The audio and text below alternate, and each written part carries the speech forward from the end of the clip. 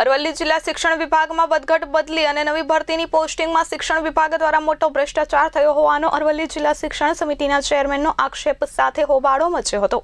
हाल प्राथमिक शिक्षण विभाग द्वारा शिक्षकों વધઘટ નો બદલી કેમ્પ અને નવી ભરતી થઈ આવેલા શિક્ષકોને પોસ્ટિંગમાં અધિકારીઓની મિલીભગત થઈને મોટો ભ્રષ્ટાચાર થયો હોવાનો આક્ષેપ સાથે અરવલ્લી જિલ્લાના શિક્ષણ સમિતિના ચેરમેન જસુભાઈ પટેલે નવી ભરતીના પોસ્ટિંગ સ્થળે જિલ્લા શિક્ષણ અધિકારી સામે હોબાળો મચાવ્યો હતો। ચેરમેને વધુ આક્ષેપ કરતા જણાવ્યું હતું કે જિલ્લામાં આશ્રમ શાળાના વધના 8 શિક્ષક કોર્ટને આદેશ મુજબ 1.5 વર્ષથી ઓર્ડર લઈને જિલ્લામાં આવ્યા હતા।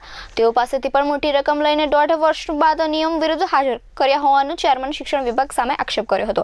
આમ સમગ્ર જિલ્લામાં ચાલતા વધઘટ બદલી ભરતી કેમ્પમાં શિક્ષણ વિભાગ દ્વારા જિલ્લા શિક્ષણ સમિતિના ચેરમેનને વિશ્વાસમાં લીધા સિવાય મોટા પાયે ભ્રષ્ટાચાર આચર્યો હોવાનું જણાવી યોગ્ય તપાસની માંગ કરી છે। ગુજરાત સરકાર દ્વારા વધઘટના કેમ્પ વધારાના હાજર કરવાના કેમ્પ અને આ બધું નાટક એમણે પોતાની ઈચ્છા મુજબ જિલ્લાના ચૂંટાયેલા ચેરમેનશ્રી જિલ્લા શિક્ષણ સમિતિના ચેરમેનશ્રી અને એની કારોબારીને વિશ્વાસમાં લીધા વગર સમય લીધા વગર પોતાની મનસૂબીથી પ્રભાવ પાડવા માટે આ કેમ્પ ગોઠવે છે।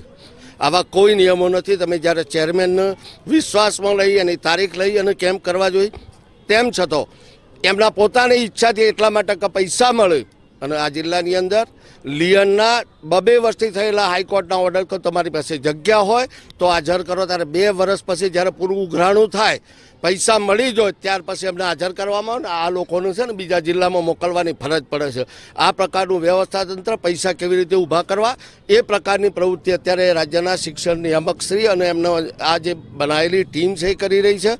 આ જિલ્લા શિક્ષણ અધિકારી એ રાજ્યનો એમનો આ શિક્ષણ વિભાગનો પોપટ છે અને એ કે એટલા નિયમો એટલા કે તોથી જે કે નિયમોનો અમલ થાય છે પૂછવામાં આવતું નથી। ત્યારે મારે એમને ચેલેન્જ છે કે જે આ લિયનવાળા હાજર કર્યા છે અગર તો એમણે જે બદલીઓ વહીવટી અગર વ્યવસ્થાના ભાગરૂપે કરી છે એની અંદર રાજ્ય સરકાર અને નિયામકે શું કર્યું છે એ મને ખબર છે। જ્યારે જરૂર પડે ત્યારે તકેદારી આયોગ અને રાજ્ય સરકારનું જવાબ આપવા માટે તૈયાર છું કે કેટલા રૂપિયાનું કરપ્શન કરવામાં આવ્યું છે।